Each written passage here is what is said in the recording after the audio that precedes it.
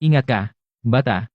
Huwag kang mag-alala. Ay, boss, seryoso ha. Huwag mong itinatago lahat ng nararamdaman mo. Yung babae na asawa mo mismo sa papel. Ayaw namang makasama ka. Dapat kontakin mo na siya. At magpa-divorce na. Hanap ka na lang ng bago. Ang tanda mo na, lalaki ka pa naman. Namumuhay ka parang monghe araw-araw. Ang lungkot niyan. Ay, Yung babaeng yun, tumakas agad pagkakuha ng certificate, wala man lang iniwang number.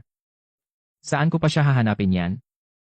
Sige na nga, tapos na usapan, uuwi na ako.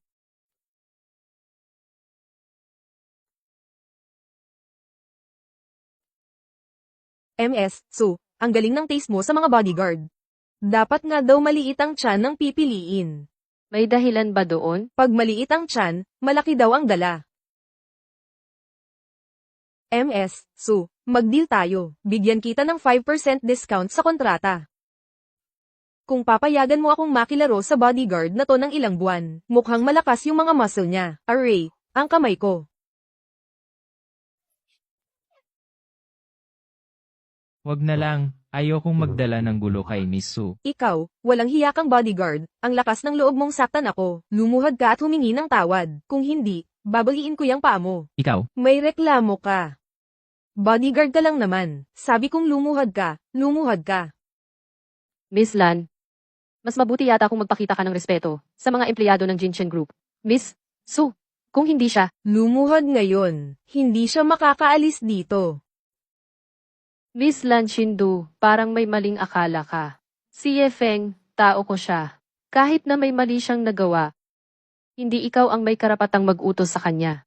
Lalo na't ikaw pa ang unang nagpakita ng kabastusan. Su. Sigurado ka na ba na gusto mong banggain ako, dahil lang sa isang bodyguard? Narinig ko kasi na, Ang mama mo, si Liu Manhua, nagpasok ng isang banyagang grupo, para sunggaban ang Jinshen Group.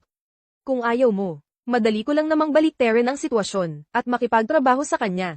HMH, tinatakot mo ako? Akala mo ba, si Suning Shue, madaling sindakin? Tandaan mo to. Hanggat andito ako sa Jinchen Group, walang makakaagaw nito.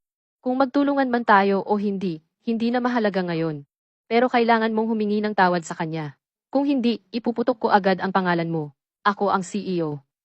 Gusto mong humingi ako ng sorry sa isang bodyguard. Pare-pareho lang ang tao, mataas man o mababa, ang dangal ay hindi matutumbasan ng pera.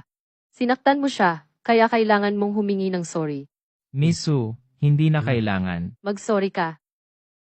Pasensya na. Pag-usapan na lang natin ulit ang partnership mamaya. Shenqing, Ye Feng, tara na. Masu, salamat. Para saan? Sabi ko, hindi matutumbasan ng pera ang dangal ng tao.